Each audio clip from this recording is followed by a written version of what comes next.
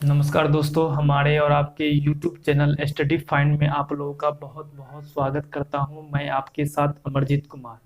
दोस्तों, आज का क्लास जो है, आज की क्लास में मैं पढ़ाऊंगा आप लोगों को वैदिक सभ्यता के बारे में। जी हाँ दोस्तों, इससे पहले वाला जो भी क्लास था उसमें मैंने आप लोगों को हड़प्पा सभ्यता के बारे में पढ़ा दिया था और आज का क्लास जो है वैदिक सभ्यता है।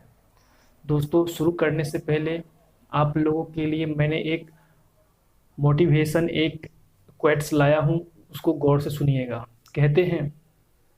कहते हैं आज थोड़ा फिर से जी लेने दो, आज थोड़ा फिर से जी लेने दो, जो मुझे कल दिल दुखाया था उससे थोड़ा दूर जाने दो, जो मुझको कल मेरा दिल दुखाया था उससे थोड़ा दूर जाने दो, आज थोड़ा फिर से जी लेने दो। जी हाँ दोस्तों, अगर आप भी किसी भी लड़की यार के चक्कर में पड़े हुए हैं तो आप लोग भी जो है इससे दूर रहिए, वो आपका ज़िंदगी बर्बाद करने वाली है। ओके दोस्तों, तो आइए आज का क्लास हम लोग स्टार्ट करते हैं वैदिक सभ्यता के बारे में। ठीक है दोस्तों, तो हम लोग जानते हैं वैदिक सभ्यता जो है हड़प्पा सभ्यता खत्म होने के बाद आई है वैदिक सभ्यता। ठीक, हड़प्पा सभ्यता जब खत्म हो जाती है उसके बाद आती है वैदिक सभ्यता, और हम लोग इनकी वैदिक सभ्यता को दो भागों में बांटते हैं। पहला ऋग्न वैदिक सभ्यता, पहला कौन सा है? ऋग्न वैदिक सभ्यता। पहला है ऋग्न वैदिक सभ्यता और फिर दूसरा है उत्तर वैदिक सभ्यता। ओके दोस्तों, अब देखिए, इतिहासकारों का मानना है कि वैदिक सभ्यता जो है 1500 से 600 ईसा पूर्व के बीच के सभ्यता को हम लोग क्या बोलते हैं? वैदिक सभ्यता बोलते हैं। और इसमें ऋग्न वैदिक सभ्यता जो है 1500 ईसा पूर्व से 1000 ईसा पूर्व तक के काल को क्या बोलते हैं? ऋग्न वैदिक सभ्यता। उसके बाद आता है उत्तर वैदिक सभ्यता। उत्तर वैदिक सभ्यता 1000 ईसा पूर्व से 600 ईसा पूर्व के काल को क्या बोलते हैं? उत्तर वैदिक सभ्यता। यानी कि कहने का मतलब है ऋग्न वैदिक सभ्यता जो है 500 साल रहा, ठीक, और ये उत्तर वैदिक सभ्यता 400 साल रहा। ठीक है दोस्तों, अब देखिए, इसमें मैं आप लोग को जानकारी दे दूं कि हड़प्पा सभ्यता आप लोग जानते होंगे वो एक कृषि प्रधान सभ्यता थी, और एक कृषि प्रधान सभ्यता थी और वह एक नगरीय सभ्यता अर्थात शहरी सभ्यता थी। जब हड़प्पा सभ्यता खत्म हो जाती है उसके बाद आता है वैदिक सभ्यता। वैदिक सभ्यता जो है यह ग्रामीण सभ्यता मतलब हो जाती है। इससे पहले हड़प्पा सभ्यता नगरीय सभ्यता थी। क्वेश्चन आएगा, हड़प्पा सभ्यता किस प्रकार की सभ्यता थी? ऑप्शन रहेगा नगरीय सभ्यता, ग्रामीण सभ्यता और इस प्रकार के और भी रहेगा ऑप्शन। तो आप क्या मारिएगा? नगरीय सभ्यता थी। हड़प्पा सभ्यता नगरीय सभ्यता थी। और उसी प्रकार वैदिक सभ्यता कौन सी सभ्यता थी? यह एक ग्रामीण सभ्यता थी। क्या थी? ग्रामीण सभ्यता। और हड़प्पा सभ्यता आप लोग जानते हैं वो उसमें कृषि प्रधान सभ्यता थी। अब जो है मतलब इनकी वैदिक सभ्यता आ जाती है, इनकी इसमें इनकी पशुपालन आ जाता है। इसमें इनकी कृषि उसका मुख्य पशु नहीं, मतलब इनकी मुख्य फसल है नहीं। अब इसमें जो है इसका अर्थव्यवस्था का मुख्य स्रोत हो जाता है पशुपालन हो जाता है। इसके अर्थव्यवस्था का मुख्य स्रोत क्या हो जाता है? पशुपालन, वैदिक सभ्यता का। अब हम लोग जानेंगे वैदिक सभ्यता क्या है और वह कैसे हमारे भारत में आए। तो वैदिक सभ्यता में आते हैं वेद। वेद जो है विद धातु से बना है। किन धातु से बना है? विद धातु से बना है। क्वेश्चन आएगा वेद किन धातु से मिलकर बना है? तो क्या बोलेगा इसका आंसर? विद धातु से मिलकर बना है। अब इस विद का अर्थ क्या होता है? विद का अर्थ जो है ज्ञान होता है। विद का अर्थ क्या होता है? ज्ञान आता है। क्वेश्चन आएगा विद का अर्थ क्या होता है, तो आप लोग इसका आंसर क्या मारिएगा? विद का अर्थ ज्ञान होता है। ठीक, अब देखिए दोस्तों, विद का अर्थ तो ज्ञान हो गया। अब इसमें सबसे प्रमुख है, इसमें देखिए सबसे प्रमुख करता है मतलब है कि वैदिक सभ्यता का निर्माण करता कौन थे? क्वेश्चन है वैदिक सभ्यता का निर्माणकर्ता कौन थे?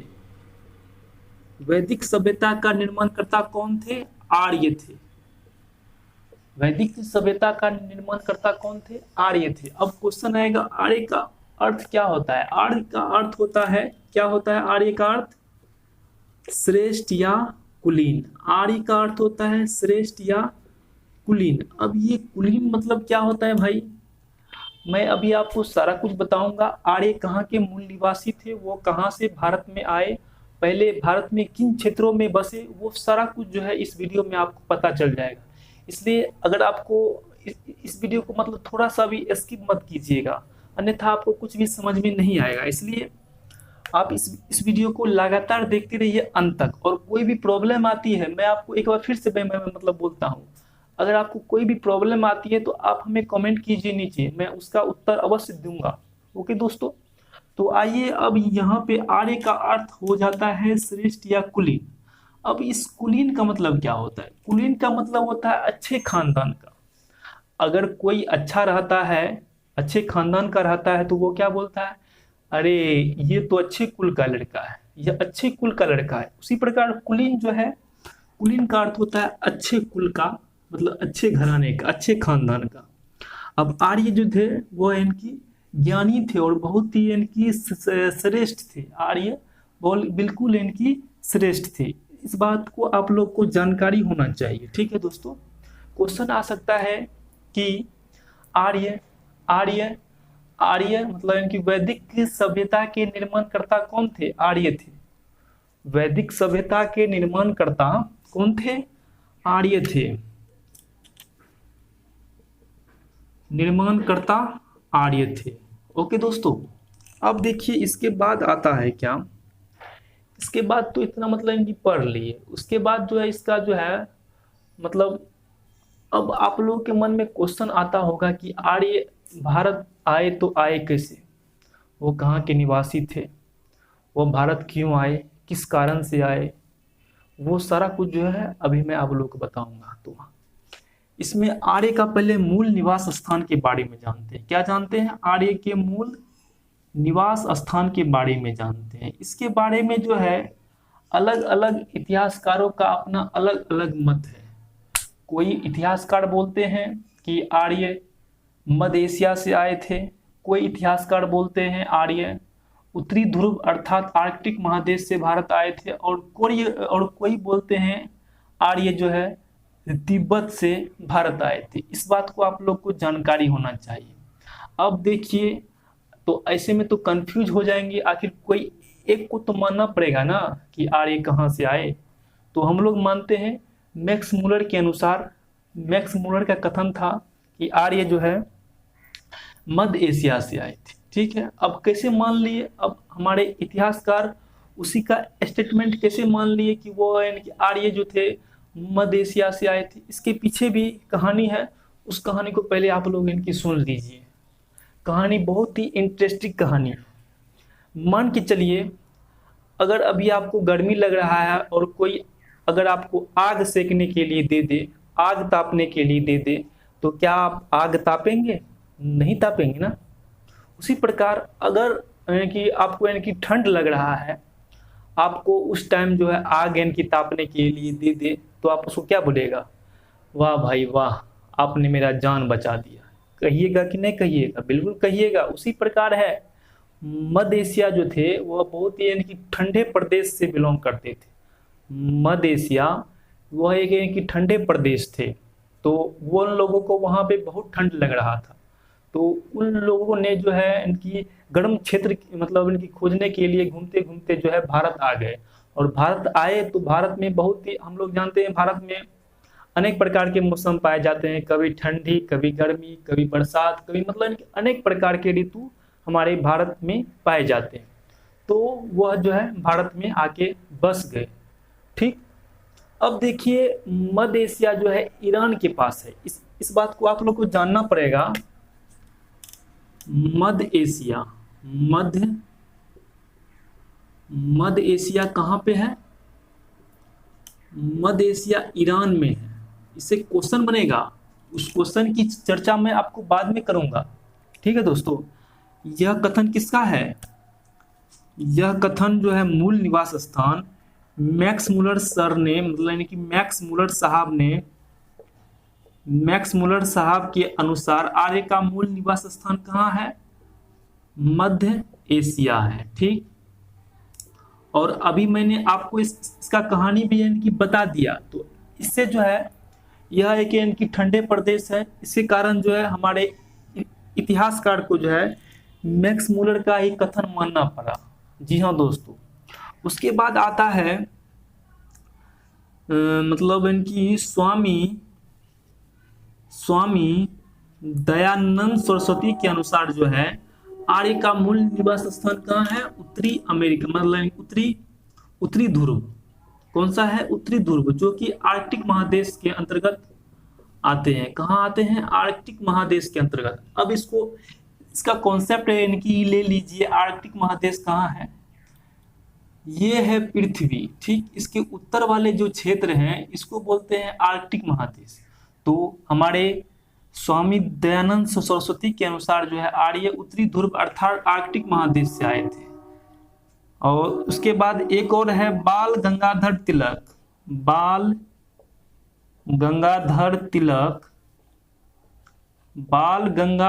तिलक के अनुसार जो है आर्य कहाँ से आए थे? तिब्बत से आए थे। कहाँ से आए थे? तिब्बत से आर्य भारत आए थे।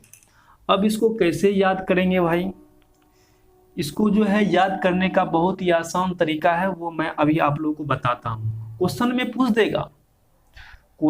पूछ देगा, क्या पूछेगा कि बाल गंगाधर तिलक के अनुसार आर्य कहाँ से, मतलब कहाँ के मूल निवासी थे। मैं एक बार फिर से रिपीट करने की कोशिश करता हूँ। क्वेश्चन रहेगा बाल गंगाधर तिलक के अनुसार, मतलब यानी कि आर्य कहाँ के मूल निवासी थे? तो आप कहिएगा यानी कि तो से तिलक और तो से तिब्बत। मैं उम्मीद करता हूँ आप जो है इसको यानी कि समझ गए होंगे। यानी कि तो से होता है तिलक और तो से हो गया है तिब्बत। बहुत ही आसान तरीका है। उसके बाद दो मतलब इसमें से आप लोग जान गए कि आर्य का मूल निवास स्थान कहाँ था? मध्य एशिया था। ठीक, उसके बाद जो है इससे आगे आते हैं।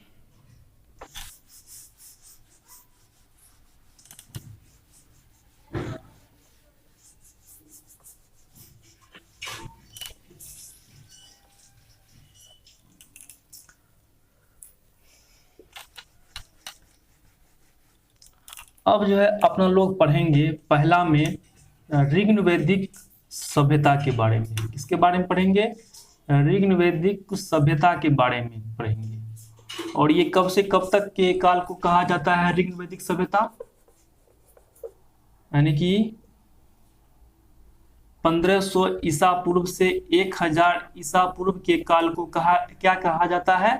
ऋग्न वैदिक सभ्यता कहा जाता है। ठीक है, अब देखिए इसमें यह जो सभ्यता है, यह जो ऋग्न वैदिक सभ्यता है, यह सबसे प्राचीन सभ्यता है। क्या है? सबसे प्राचीन सभ्यता है। क्वेश्चन में आ सकता है कि भारत की सबसे प्राचीन सभ्यता कौन सी सभ्यता है? क्वेश्चन में रहेगा भारत की सबसे प्राचीन सभ्यता कौन सी सभ्यता है? तो आप लोग जो है ऋग्न वैदिक सभ्यता पर टिक मारिएगा। ठीक है, और यह जो है किस भाषा में लिखी गई है? यह संस्कृत भाषा में लिखी गई। किस भाषा में लिखी गई है? संस्कृत भाषा में लिखी गई है। ठीक है दोस्तों, अब देखिए दोस्तों इसमें जो है हम लोग इसमें इनकी जानेंगे एक ग्रंथ है, ईरानी का एक ग्रंथ है, मतलब ईरान का एक ग्रंथ है, उसका नाम है अवेस्ता।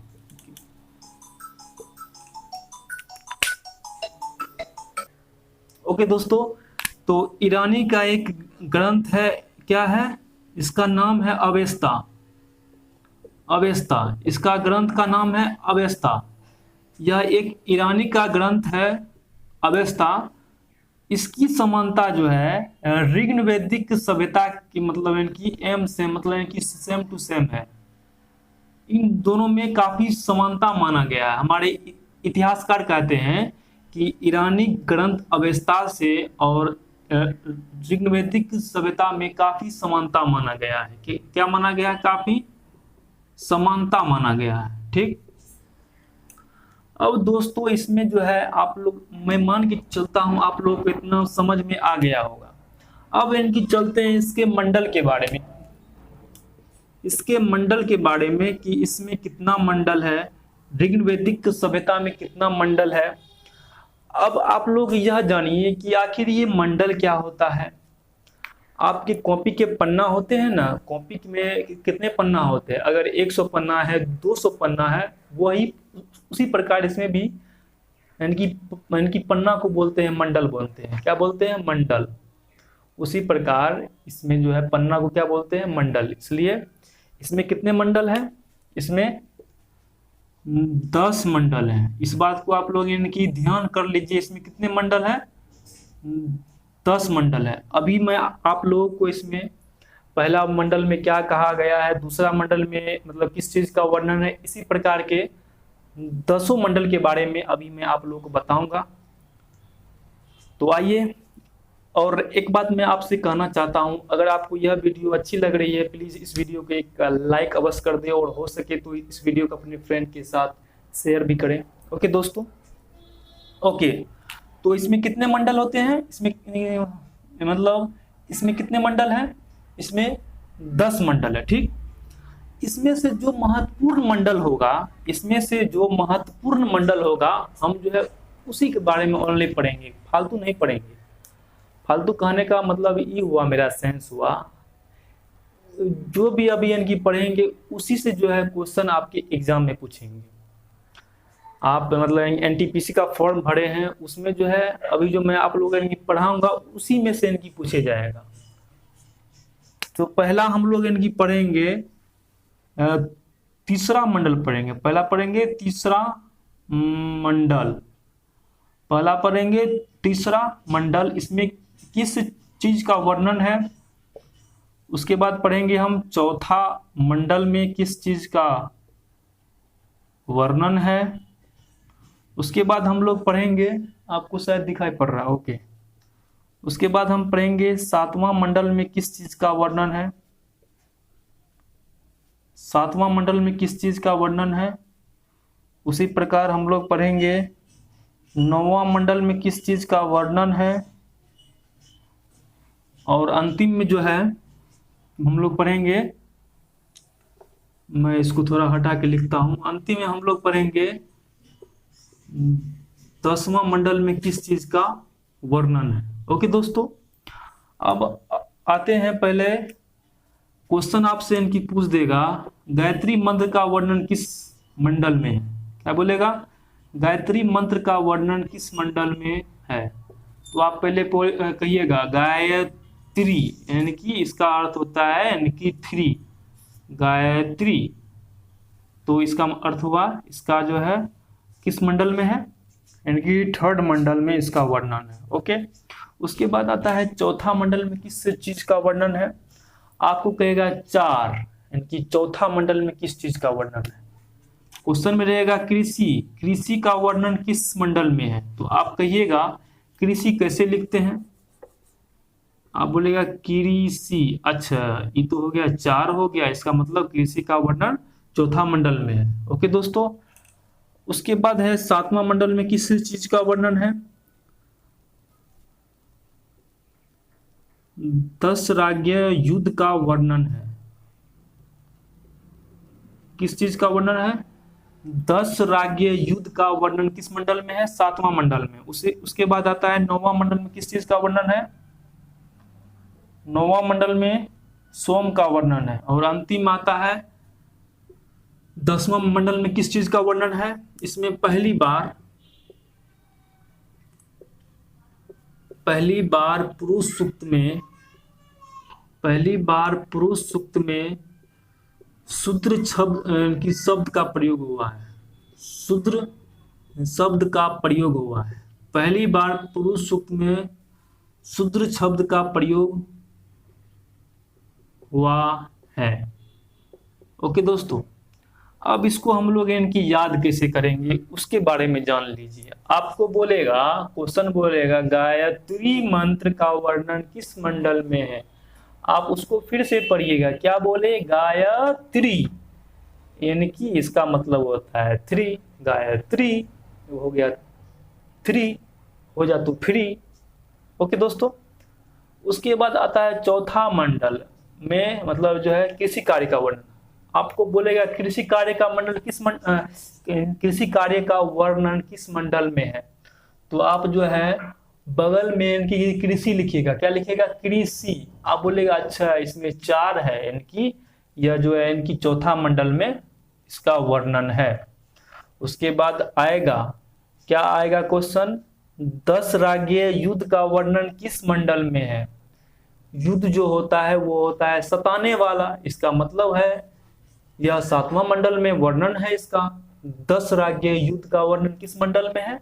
7वां मंडल में। मैं आपको फिर से बोलता हूं, आपको क्वेश्चन रहेगा 10 राज्य युद्ध का वर्णन किस मंडल में है। आप जहां बहन की पढ़िएगा युद्ध, यानी कि यह भाई सताने वाला होता है, इसलिए 100 से सताने, 100 से 7, यानी कि 100 से हो गया 7वां मंडल में इसका वर्णन है।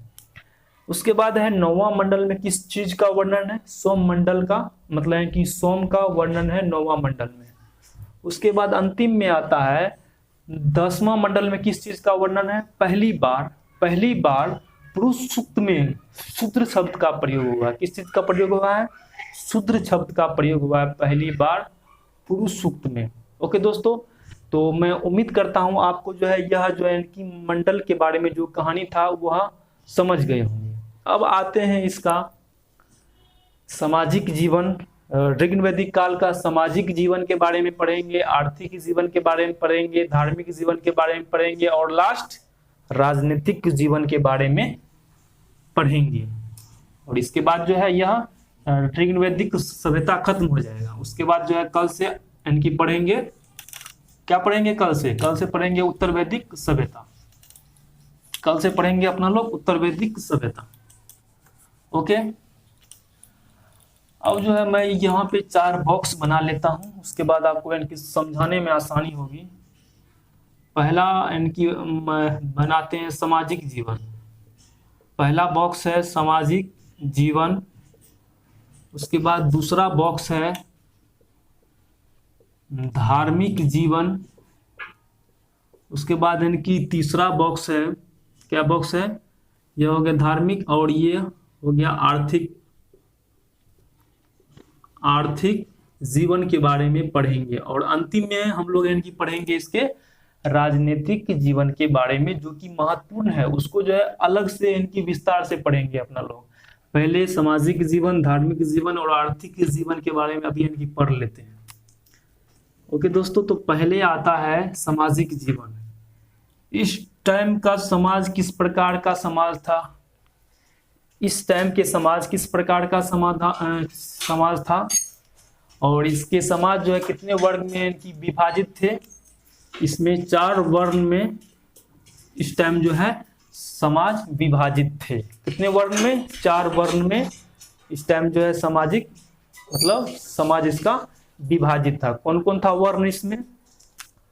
पहला है ब्राह्मण, उसके बाद आता है क्षत्रिय, उसके बाद आता है वैश्य, और अंतिम में आता है शूद्र। अंतिम में क्या आता है? शूद्र। ओके दोस्तों, अभी हम लोग जानेंगे ब्राह्मण का अर्थ क्या होता है, क्षत्रिय का अर्थ क्या होता है, वैश्य का अर्थ क्या होता है, और शूद्र का अर्थ क्या होता है, वो मैं अभी आप लोगों के सामने सब कुछ इनकी विस्तार से बताऊंगा। ओके दोस्तों, अभी का जो समाज था वो किस प्रकार का समाज था? ओके दोस्तों, तो अभी के जो समाज था, इस टाइम का समाज था, ऋग्ण वैदिक सभ्यता का जो समाज था वह किस पे आधारित था? कर्म पर आधारित था। कर्म पर आधारित था। कर्म कहने का अर्थ हुआ ये कि हम जो काम करेंगे हमको जो है उस जाति में विभाजित कर दिया जाएगा। अगर हम इनकी मतलब इनकी पढ़ने लिखने वाला काम करते हैं तो हम इनकी ब्राह्मण कहलाएंगे।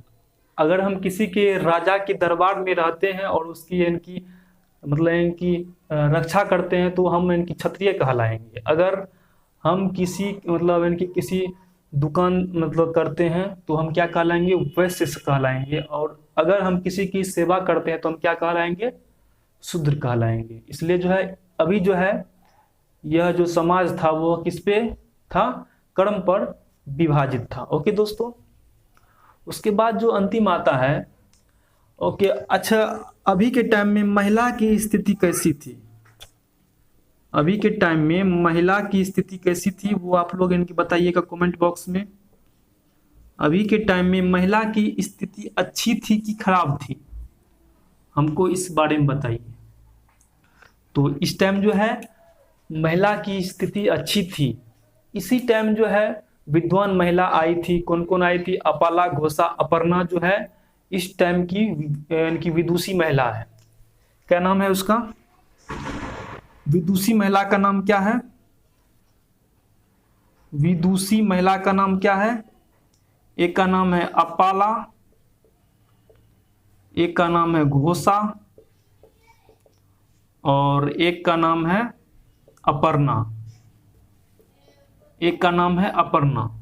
दोस्तों मैं आप लोगों को एक बार फिर से कहता हूं, इससे जो है क्वेश्चन आते हैं, इससे क्वेश्चन आते हैं, इसलिए जो है आप इसे अच्छी तरह से समझ लें। क्वेश्चन आएगा कि ऋग्वैदिक सभ्यता के सामाजिक जीवन के विदुषी महिला का नाम क्या था। ऑप्शन में रहेगा अपाला और रहेगा ऑप्शन, तो आप क्या मारिएगा, अपाला जो है इसका राइट आंसर होगा, जो कि इस टाइम का विदुषी महिला है। कौन है, अपाला, घोषा और अपर्णा।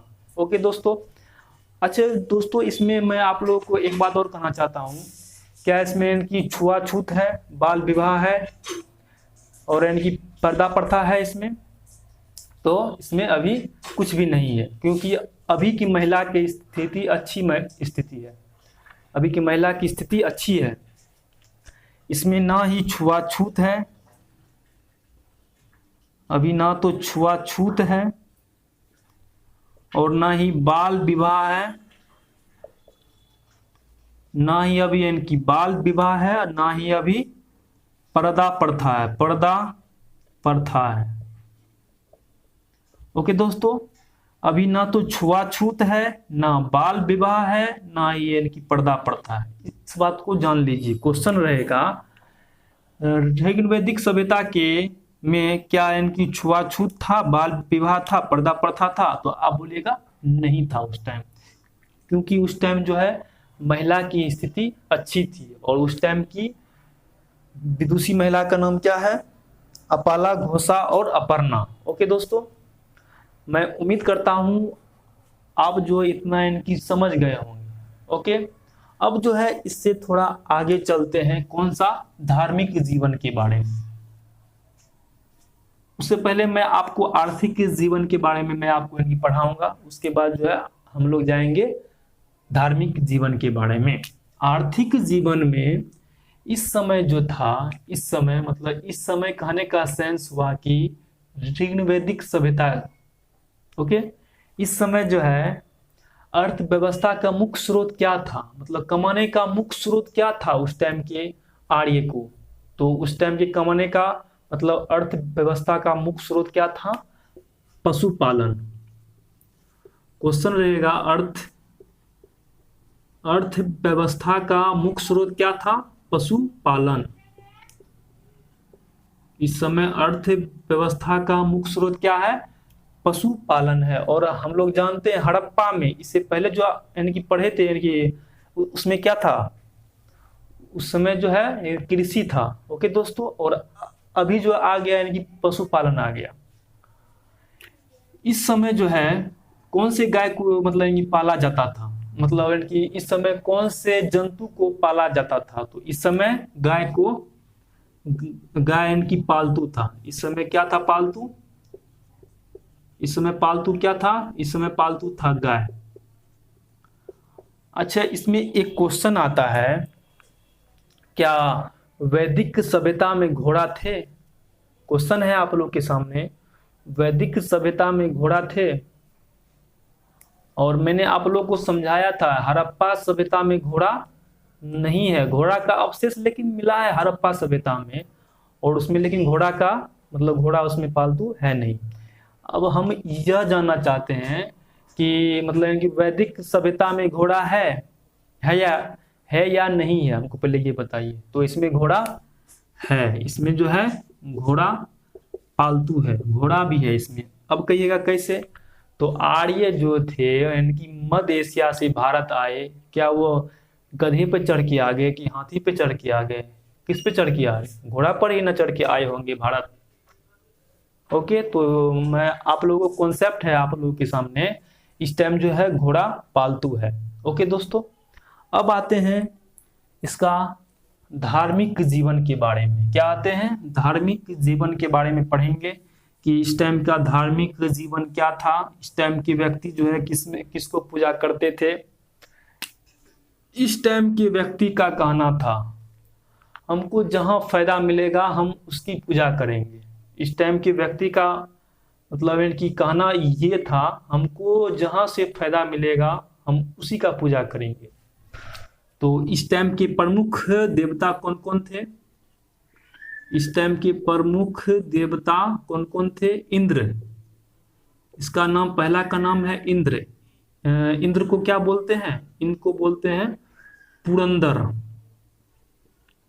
पुरंदर क्वेश्चन में रहेगा पुरंदर, इंद्र नहीं रहेगा। उसके बाद जो है इसका एक और इनकी देवता है, उसका नाम क्या है? अग्नि। क्यों? क्योंकि इनकी अग्नि से उसको फायदा होता था। अग्नि मतलब हुआ आग हुआ, और इंद्र का मतलब होता था, आप लोग जानते ही होंगे। तो इस समय का प्रमुख देवता कौन कौन था? इंद्र था और अग्नि था। ओके दोस्तों, अब हम इनकी आगे करते हैं। इस समय जो है व्यक्ति किस चीज की पूजा करते थे? इस समय के व्यक्ति किस चीज की इनकी पूजा करते थे? इस टाइम जो है व्यक्ति प्रकृति की पूजा करते थे। किसकी पूजा करते थे? प्रकृति की पूजा करते, प्रकृति की पूजा करते थे। ओके दोस्तों, इस समय जो है व्यक्ति प्रकृति की पूजा करते थे। क्या इस समय कर्मकांड था? मतलब इस समय कोई हवन करता था? इस समय कर्मकांड नहीं था। क्वेश्चन रहेगा कि वैदिक सभ्यता में या ऋग वैदिक सभ्यता में क्या कर्मकांड था? तो आप लोग बोलेगा नहीं, इसमें कर्मकांड नहीं है। ओके, अब आते हैं इसका इनकी राजनीतिक जीवन के बारे में पढ़ेंगे। मैं आप लोगों को एक बार फिर से मैं कहना चाहता हूं, मैंने अभी आप लोगों को इनकी समझाया सामाजिक जीवन, धार्मिक जीवन और आर्थिक जीवन के बारे में, जो कि मैंने अभी आप लोगों को इनकी विस्तार से समझा दिया है। ओके, इसके बाद जो आएगा इनकी राजनीतिक जीवन, वो जो है इससे थोड़ा और मतलब इनकी इम्पोर्टेंट है, उससे जो है क्वेश्चन एग्जाम में आते ही आते हैं, इसलिए उसको आप लोग जो अच्छी तरह से समझने की कोशिश कीजिएगा। ओके, अब आते हैं अपना लोग इसका राजनीतिक जीवन के बारे में पढ़ेंगे। कितना मिनट का बन गया है वीडियो? आधा घंटा का वीडियो बन गया है। ओके, कोई दिक्कत नहीं है। आप इस वीडियो को जो है हो सके तो एक इनकी शेयर कर दीजिए और अपने फ्रेंड के साथ इसे शेयर भी कर दिया कीजिए। अब आता है राजनीतिक जीवन, जो कि बहुत ही इंपॉर्टेंट है। एग्जाम के दृष्टिकोण से राजनीतिक जीवन बहुत ही इंपॉर्टेंट है, इसलिए इसको जानना बहुत जरूरी है। राजनीतिक जीवन अभी किसके बारे में पढ़ रहे हैं? अभी हम लोग पढ़ रहे हैं ऋग वैदिक सभ्यता के बारे में। उत्तर वैदिक सभ्यता के बारे में हम लोग कल पढ़ेंगे। ठीक, उत्तर वैदिक सभ्यता के बारे में हम लोग कल पढ़ेंगे। अभी हम लोग इनकी पढ़ने वाले मतलब पढ़ रहे हैं किसके बारे में? ऋग वैदिक सभ्यता के बारे में पढ़ेंगे और इसका राजनीतिक जीवन के बारे में पढ़ेंगे। इस समय जो है, अच्छा इसमें एक क्वेश्चन आता है। अच्छा, मैं आप लोगों से एक क्वेश्चन इनकी पूछ लूं। आर्य जो भारत आए थे किस पर्वत श्रेणी से आए थे? मतलब किस पर्वत श्रेणी से आर्य भारत आए थे? बहुत ही इंपॉर्टेंट क्वेश्चन है, बहुत ही इंपॉर्टेंट क्वेश्चन। मान के चलते हैं यह भारत का मानचित्र है। ओके, यह जो है भारत का मानचित्र इनकी बना लिए, ठीक। और आप लोग जानते हैं इनकी भारत के पश्चिम में कौन सा इनकी कंट्री है, पाकिस्तान है। भारत के पश्चिम में कौन सा कंट्री है, पाकिस्तान। और इनकी पाकिस्तान से ही सटा हुआ एक और कंट्री है, इसका नाम है अफगानिस्तान। अफगानिस्तान। ओके दोस्तों, अब ये अफगानिस्तान के पास एक इनकी पर्वत श्रेणी है, इसका नाम है हिंदू कुश पर्वत श्रेणी। क्या नाम है, हिंदू कुश। हिंदू कुश पर्वत श्रेणी, हिंदू कुश पर्वत श्रेणी। क्वेश्चन आएगा, आर्य भारत जो है किस पर्वत श्रेणी को पार करके भारत आए, तो इसका आंसर क्या होगा, हिंदू कुश पर्वत श्रेणी। अब इसी हिंदू कुश पर्वत श्रेणी में एक दर्रा है, उसके बारे में आप लोग को जानना होगा। क्वेश्चन एक और इसमें आ सकता है कि आर्य भारत किस दर्रा को पार करके आया। आर्य भारत जो है, आर्य भारत में किस दर्रा को पार करके आया, तो इसका क्या होगा, आर्य भारत में किस दर्रा को पार करके आया, तो इसका क्या अर्थ क्या होगा, आप लोग यानी कि कमेंट बॉक्स में हमें यानी कि बताइए। आर्य भारत में किस दर्रा को पार करके आया, तो इसका आंसर क्या होगा, इसका आंसर होगा खेबर दर्रा। क्या है दर्रा, खेबर दर्रा को पार करके आर्य भारत प्रवेश किया। उस टाइम में इनकी पाकिस्तान और भारत एक ही था, उस टाइम इनकी पाकिस्तान जो था भारत में इनकी मिला हुआ था। अभी जो बात हो रही है इनकी पाकिस्तान और भारत के मिलाकर ही बात हो रही है। अभी जो इनकी हिस्ट्री पढ़ रहे हैं अपना लोग, एंशिएंट जो पढ़ रहे हैं, वो पाकिस्तान और भारत को मिलाकर ही इनकी पढ़ रहे हैं। ओके दोस्तों, तो मतलब आप लोग इनकी समझ गए हैं। आर्य हिंदू कुश पर्वत श्रेणी को पार करके भारत आए, और हिंदू कुश पर्वत श्रेणी में कौन सा दर्रा है, खेबर दर्रा है। ओके, अब जानते हैं इसका राजनीतिक जीवन। मान के चलिए यह जो है इंडिया है, अच्छा है यहाँ में, ओके ओके एक मिनट।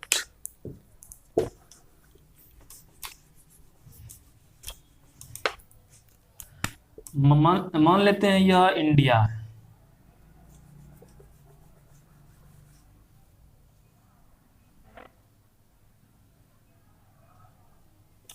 मान लेते हैं यह जो है इंडिया है, ठीक। यहाँ पे जो है छोटे छोटे कबीला हैं, और इनकी प्रत्येक कबीला के अपने अपने राजा हैं। प्रत्येक कबीला के अपने अपने राजा हैं, ठीक। अच्छा, इसमें एक और क्वेश्चन बन रहा है कि आर्य जो है भारत में पहले किन क्षेत्रों में आके बसे। मान के चलते हैं अगर आप कहीं पे जाते हैं, अगर आप मान के चलते हैं उत्तर प्रदेश गए हैं, तो वहां पे पहले आप कहाँ पे रहिएगा।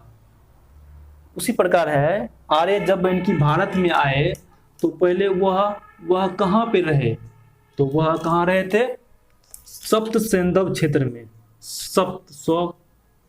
सप्त सैंधव क्षेत्र में रहे, सप्त सैंधव क्षेत्र में बसे।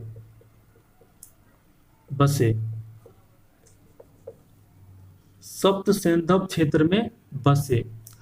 अब इस इनकी सप्त सैंधव का अर्थ क्या होता है वो जान लीजिए। सप्त सैंधव का अर्थ होता है 7 नदियों का संगम। आप लोग जानते होंगे पाकिस्तान के बीचों बीच से जो है एक नदी गुजरती है, इस नदी का नाम क्या है, सिंधु नदी। और सिंधु नदी का ही सहायक नदी है रावी नदी, घग्गर नदी, गंगा नदी, यह सभी जो है सिंधु नदी का सहायक नदी है। तो और अभी मैंने आप लोग को समझाया, क्या समझाया, सप्त सैंधव का अर्थ क्या होता है, 7 नदियों का संगम। इसमें जो पहला नदी है उसका नाम है झेलम। पहला नदी का नाम क्या है, झेलम। पहला नदी का नाम क्या है, झेलम। दूसरा नदी का नाम है रावी, और तीसरा नदी का नाम है, क्या नाम है, सतलज।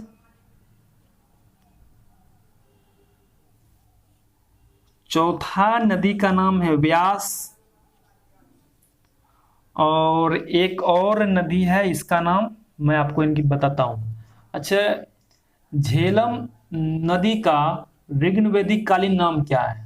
इससे क्वेश्चन आते हैं। ऋग्वेदिक कालीन नाम क्वेश्चन है आप लोगों के सामने। झेलम के ऋग्वेदिक कालीन नाम क्या है? झेलम नदी का ऋग्वेदिक कालीन नाम क्या है? मैं थोड़ा इंक भर लेता हूँ, इंक शायद खत्म हो रहा है। ओके, मैं वीडियो पॉज कर लेता हूँ। ओके दोस्तों, हाँ, क्वेश्चन है आप लोगों के सामने, झेलम नदी का ऋग्वेदिक कालीन नाम क्या है? इससे क्वेश्चन आता है। क्वेश्चन इसमें कैसे आता है वो जान लीजिए।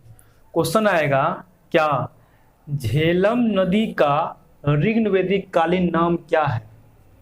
फिर आएगा रावी नदी का ऋग्वेदिक कालीन नाम क्या है? उसी प्रकार जो है यानी कि व्यास का आएगा, सतलज का आएगा। ओके, तो आप लोग जान लीजिए झेलम नदी का जो है ऋग्वेदिक कालीन नाम क्या है? वितस्ता। वितस्ता, क्या नाम है? वितस्ता। झेलम नदी का ऋग्वेदिक कालीन नाम क्या है? वितस्ता। उसी प्रकार रावी नदी का ऋग्वेदिक कालीन नाम क्या है? परुष्णी। परुष्णी, क्या नाम है? परुष्णी। पुरुषनी, हाँ ठीक, यानी कि परुष्णी नाम है। उसी प्रकार यानी कि सतलज नदी का ऋग्वेदिक कालीन नाम क्या है? सतुद्री। सतुद्री, सतुद्री। ओके, उसी प्रकार है व्यास नदी का ऋग्वेदिक कालीन नाम क्या है? विपाशा। विपाशा। इसको मैं अभी इसे जो है याद करने का भी नियम बताऊंगा, ट्रिक बताऊंगा। एक अंतिम में आता है, एक अंतिम नदी का नाम क्या है?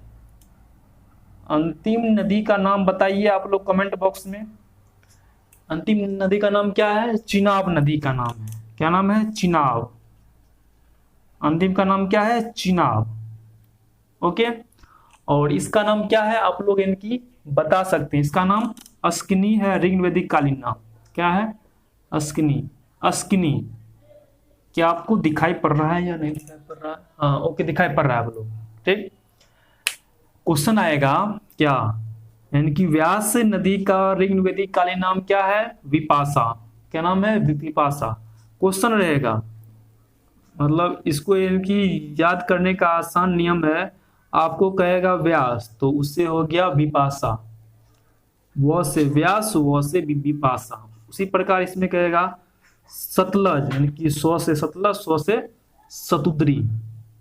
उसी प्रकार इसमें कहेगा रावी, अंतिम में दुद्री का है। उसी प्रकार इसमें यानी कि परुष्णी में जो अंतिम में क्या है? दो दीर्घिकार है, ठीक। इससे जो है आप इसे याद कर सकते हैं, रावी और ये आता है परुष्णी। झेलम का नाम क्या है? वितस्ता। ओके दोस्तों, अब इसमें जो है इसका जो है इसमें एक और क्वेश्चन रह जाता है, उससे मैं आप लोग को समझाने की कोशिश करता हूं।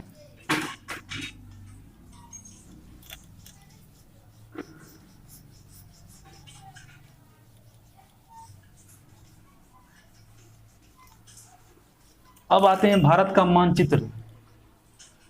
मैं अभी आप लोगों के सामने भारत का मानचित्र बना रहा हूं शॉर्टकट मेथड में। हाँ, ये हो गया भारत का मानचित्र। और इसके इनकी पश्चिम में कौन सा देश है? पाकिस्तान है, पाकिस्तान। अब जो है कबीला, उस टाइम जो है उस टाइम के राजनीतिक जीवन जो थे वो कबीला में विभाजित थे। इस टाइम के जो है इनकी छोटे छोटे कबीला थे, एक कबीला यहाँ, एक कबीला यहाँ, एक कबीला यहाँ, यानी कि प्रत्येक कबीला के अपने अपने राजा थे। उसी टाइम का एक इनकी राजा का नाम क्या है? उस टाइम के एक कबीला थे भरत कबीला। क्या है? भरत कबीला। और इस भरत कबीला के राजा कौन थे? सुदास। इसके राजा कौन थे? सुदास। और इस टाइम के सबसे विद्वान विद्वान इनकी पुरोहित का नाम क्या है? विश्वामित्र। उसका नाम क्या है? विश्वामित्र। क्या नाम है इसका? विश्वामित्र। विश्वामित्र। जो कि बहुत ही यानी कि विद्वान थे, जो क्या थे, काफी विद्वान थे। इसको अपने आप पे घमंड था, इसको अपने आप पे घमंड था। तो इनकी भरत कबीला के जो राजा थे सुदास, उसने जो है विश्वामित्र को अपने इनकी पुरोहित से हटाने की कोशिश कर रहे थे। एक बार मैं आप लोग को फिर से मैं बोलना चाहता हूँ, भरत कबीला के जो राजा थे सुदास, वह जो है इनकी पुरोहित पद से विश्वामित्र को हटाना इनकी चाहते थे। इसके कारण जो है इनकी सुदास और विश्वामित्र के बीच एक युद्ध हुआ। उस युद्ध का नाम है दस राज्य युद्ध। उस युद्ध का नाम क्या है? दस राज्य युद्ध। क्वेश्चन आएगा आप लोग के सामने कि 10 राज्य युद्ध किनके किनके बीच हुआ। क्वेश्चन आएगा आप लोग के सामने, 10 राज्य युद्ध किनके किनके बीच हुआ। तो आप लोग का आंसर क्या होगा? विश्वामित्र और सुदास के बीच हुआ। इसमें हार किसकी हुई और इसमें इनकी जीत किसकी हुई?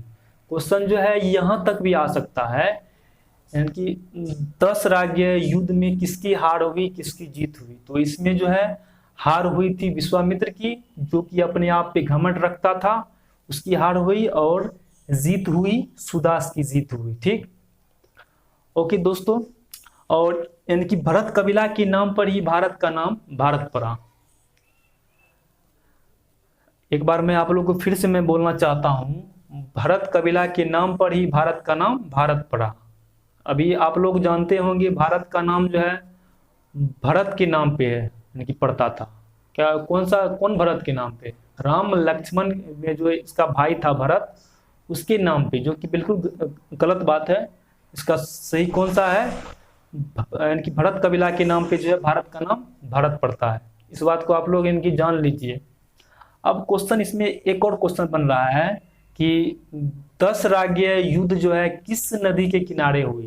क्वेश्चन है आप लोग के सामने, 10 राज्य युद्ध किस नदी के मतलब किनारे हुई। तो वह कौन सा नदी है? उस नदी का नाम है रावी नदी।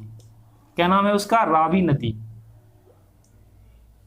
क्वेश्चन आ सकता है 10 राज्य युद्ध किस नदी पर हुई। तो इसका आंसर होगा रावी। रावी का ऋग्वेदी कालीन नाम क्या है? परुशनी। परुशनी, क्या नाम है? परुशनी। तो दोस्तों मैं उम्मीद करता हूं आज का क्लास आप लोगों को अच्छा लगा होगा। अगर आपको आज का क्लास अच्छा लगा तो इस वीडियो को एक लाइक कर दीजिए, और हो सके तो अपने फ्रेंड के पास इस वीडियो को शेयर कर दीजिए। और अगर आपने हमारे YouTube चैनल स्टडी फाइंड को सब्सक्राइब नहीं किया है तो प्लीज़ आप लोगों से मेरा हाथ जोड़कर निवेदन है कि हमारे YouTube चैनल स्टडी फाइंड को सब्सक्राइब कर लीजिए, और साथ में बेल आइकन को भी प्रेस कर दीजिए, ताकि मैं जो भी वीडियो अपलोड करूँ वो आपको नोटिफिकेशन के द्वारा मिल जाए। तो आज का क्लास इतना ही। So thank you very much, bye bye, Tata.